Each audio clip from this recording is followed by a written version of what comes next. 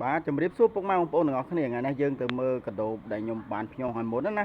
តើវាញាស់ល្អយ៉ាងណាបងប្អូនបាទតោះឥឡូវយើងមកដល់ទ្រុងបាទទ្រុងនេះគឺទ្រុងថ្មីរបស់ខ្ញុំហើយខ្ញុំធ្វើបដោយ2ម៉ែត្របាទបដោយ2ម៉ែត្រកម្ពស់1ម៉ែត្របាទខ្ញុំសកត់នេះដោយសារអត់តដាក់រ៉ូតបងប្អូនទំធ្វើឲ្យយប់មិញណាបាទឥឡូវយើងទៅមើលទាំងអស់គ្នាណាតើដូចខ្ញុំនិយាយមែនដែរអត់ខ្ញុំនិយាយថាញាស់ល្អណាតាំងថ្ងៃមុនចេះចង់សិនណាបងប្អូនអើយនេះបាទការភ្ញាស់ដាក់តែខ្សាច់បែបនេះគឺមានអត្រាញាស់ល្អបងប្អូនបាទអត់តដាក់រ៉ូតថ្ងៃហ្នឹងបានដាក់រ៉ូតបងប្អូនសាថ្ងៃនេះ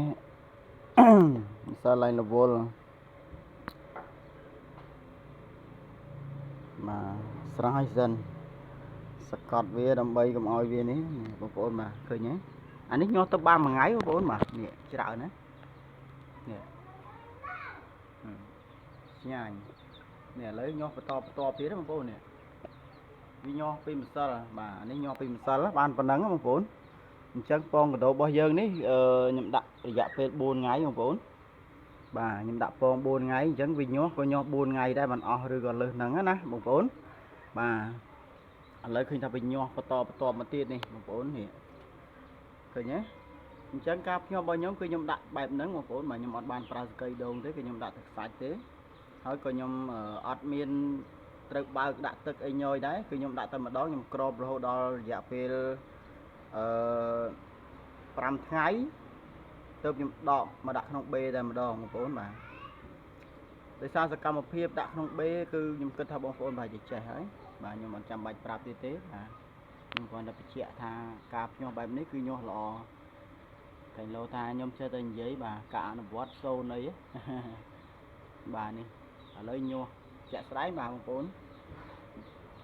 ឃើញទេញាស់បានច្រើនបងប្អូននេះឃើញទេញាស់ច្រើននេះបងប្អូនឃើញប៉ុណ្ណឹងក្នុង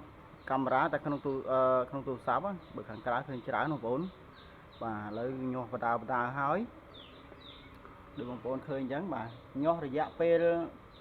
ពីម្សិលវាញាស់ហើយថ្ងៃនេះញាស់ទៀតបងប្អូនបាទថ្ងៃនេះញាស់ទៀតស្អែកក៏ញាស់ខានស្អែកក៏ញាស់ដែរអញ្ចឹងវានៅញាស់បន្តរហូតដល់ថ្ងៃវាអស់អញ្ចឹងណាបងប្អូនបាទនៅពេលដែលអស់គឺយើងលើកអានេះចេញទៅបាទនេះ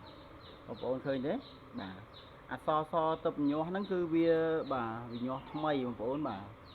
វាញាស់ថ្មីអញ្ចឹងហើយវាអញ្ចឹងហើយវារៀងពណ៌សអញ្ចឹងអាណាញាស់រៀងយូរទៅវាឡើងពណ៌ខ្មៅបាទវាចាប់ផ្ដើមចេះរយចំណីរយស៊ីអញ្ចឹងណា